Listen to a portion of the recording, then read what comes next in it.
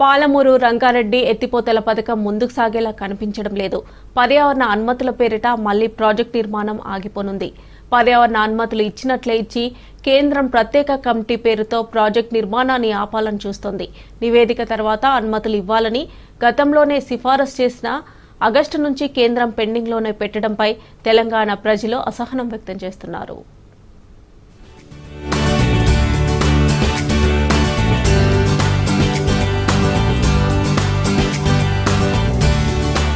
పాలమూరు రంగారెడ్డి ఎత్తిపోతల పథకానికి పర్యావరణ అనుమతులపై మళ్లీ పీఠముడి పడింది.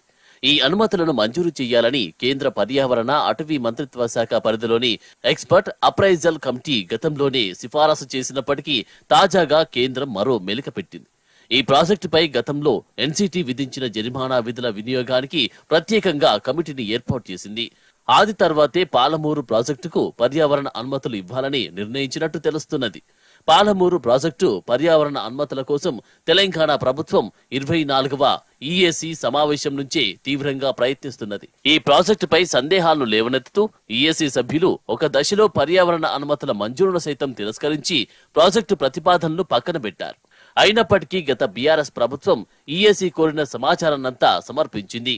ఆ తర్వాత ఈఏసీ 49వ సమావేశంలో ప్రభుత్వం బలమైన వాదనలు వినిపించడంతో పాటు పాలమూరు ప్రాజెక్టు నిర్మాణ ఆవశ్యకతను గట్టిగా నొక్కి చెప్పాడు. ఈ ప్రాజెక్టుకు త్వరగా పర్యావరణ అనుమతులు మంజూరు చేయాలని, తర్వాత కరువు పీడిత ప్రాంతాల దాహార్తిని తీర్చాలని విజ్ఞప్తి చేయడంతో పాటు ఈఏసీ కోరిన నివేదికలన్నీ అందజేసింది. వాటిపై సంతృప్తి వ్యక్తం చేసిన ఈఏసీ పాలమూరు ప్రాజెక్టుకు పర్యావరణ అనుమతులు మంజూరు చేయవచ్చని నిరుడు ఆగస్టు 10న కేంద్ర పర్యావరణ మంత్రిత్వ శాఖకు సిఫారసు చేసింది. నాటి నుంచి ఆ దస్త్రం కేంద్రం వద్ద పెండింగ్ లో ఉన్నది.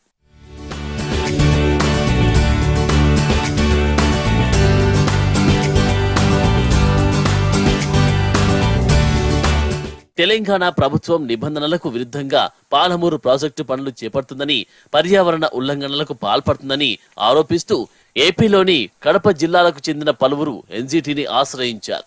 దీంతో 7 సభ్యులతో కూడిన ప్రత్యేక నిపుణుల బృందాన్ని ఎన్జీటీ ఏర్పాటు చేసింది. ఆ బృందం పాలమూరు ప్రాజెక్టులో భాగంగా నిర్మిస్తున్న పలు రిజర్వాయర్లను సందర్శించి పర్యావరణ ఉల్లంఘనల వల్ల మొత్తం 3.7 కోట్ల మేర నష్టం వాటిల్లినట్టు అంచనా వేసింది. దీనిలో వాస్తవం ఎంత ఉందో తేల్చేందుకు ఎన్జీటీ మరో ఏకసభ్య కమిటీ నియమించింది.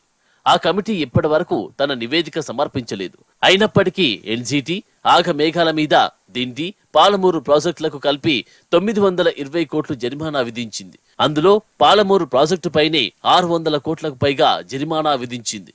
ఇప్పుడు ఈ జరిమానానే సాకుగా చూపుతూ పర్యావరణ అనుమతుల మంజూరుకు మోకాలడ్డుతున్న కేంద్ర పర్యావరణ శాఖ జరిమానాల నిధుల వినియోగానికి ప్రత్యేక కమిటీని నియమించింది.